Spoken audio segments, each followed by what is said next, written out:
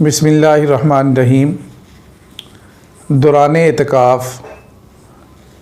غسل کے لیے مسجد سے باہر جانا، اگر تو غسل واجب ہو یعنی احتلام ہو گیا کسی کو سوتے میں، تو اس کے لیے جو ہے نا مسجد سے باہر جانا جائز کیا بلکہ لازمی اور ضروری ہے، اس لیے کہ مسجد کے اندر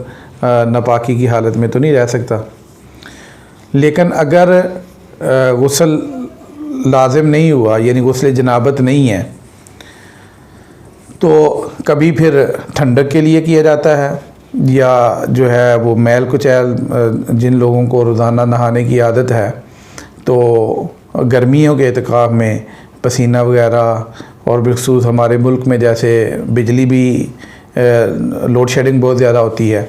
تو اس صورت میں یعنی میل کچیل دور کرنے کے لیے، ٹھنڈک کے لیے، یا ایک دوسری صورت ہوتی ہے کہ غسل مسنون کے لیے جیسے جمعے والے دن نہانا اور غسل کرنا جو ہے وہ سنت ہے، ان کے لیے مسجد سے باہر جائیں گے یا نہیں۔ اس بارے میں بعض کتابوں میں لکھا ہوا ہے کہ جانا جائز نہیں ہے، اور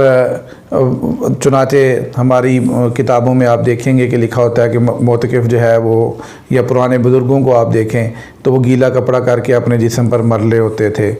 یا جو ہے وہ کہتے ہیں کہ مسجد میں کوئی ٹپ رکھ لیں اور ٹپ کے اندر جو ہے وہ نہا لیں اور پھر وہ ٹپ کے پانی کو باہر ڈال دیں، یا بعض جگہوں پر میں نے دیکھا ہے کہ مساجد میں یہ جو ڈسپوزل سے غسل خانے ہیں یہ بنا لیے جاتے ہیں، تو یہ بھی ایک اچھی ترتیب ہے اگر اس طرح کا کوئی انتظام ہو جائے۔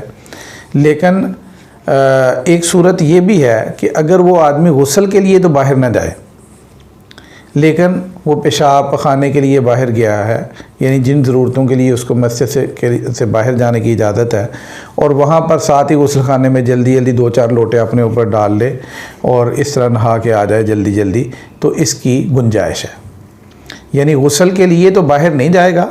لیکن جن کاموں کے لیے باہر جانے کی اجازت ہے، مثلا اس نے وضو کرنے کے لیے اب باہر جانا ہی تھا، وضو اس کا ٹوٹ گیا، یا پیشاب کے لیے باہر جانا ہی تھا، پخانے کے لیے باہر جانا ہی تھا، استنجا وغیرہ کرنے کے لیے، تو وہیں ساتھ ہی اگر وہ 2-4 لوٹے اپنے اوپر پانی کے بھی ڈال لے اور غسل کر کے آ جائے تو اس طرح اس کے لیے کچھ گنجائش بعض فقہاء کرام نے دی ہے۔